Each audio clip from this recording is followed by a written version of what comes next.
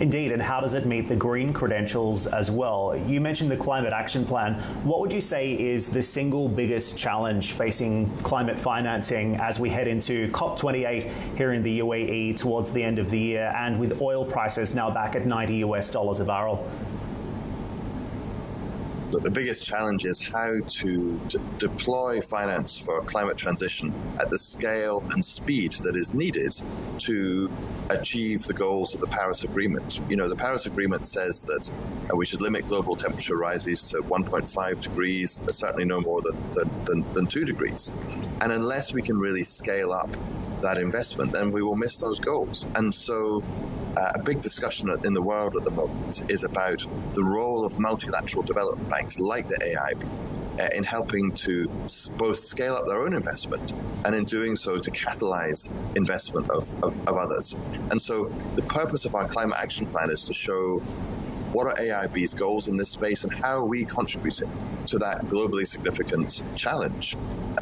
We have a goal that at least 50% of our investments will be climate finance. Now, that goal was set for 2025, but actually we already met it last year.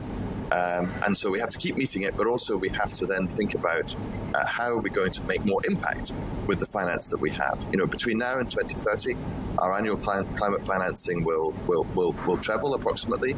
And we want to use that to also help ensure that the private sector is getting into the climate space in the developing world. Because Asia, the Asia region, has the majority of the world's population. It has hundreds of millions of people who are vulnerable to the effects of climate change. And although many Asian countries are not contributing greatly to the emissions that are causing climate change, and historically most emissions came from the developed world, today the majority of emissions are coming from Asia.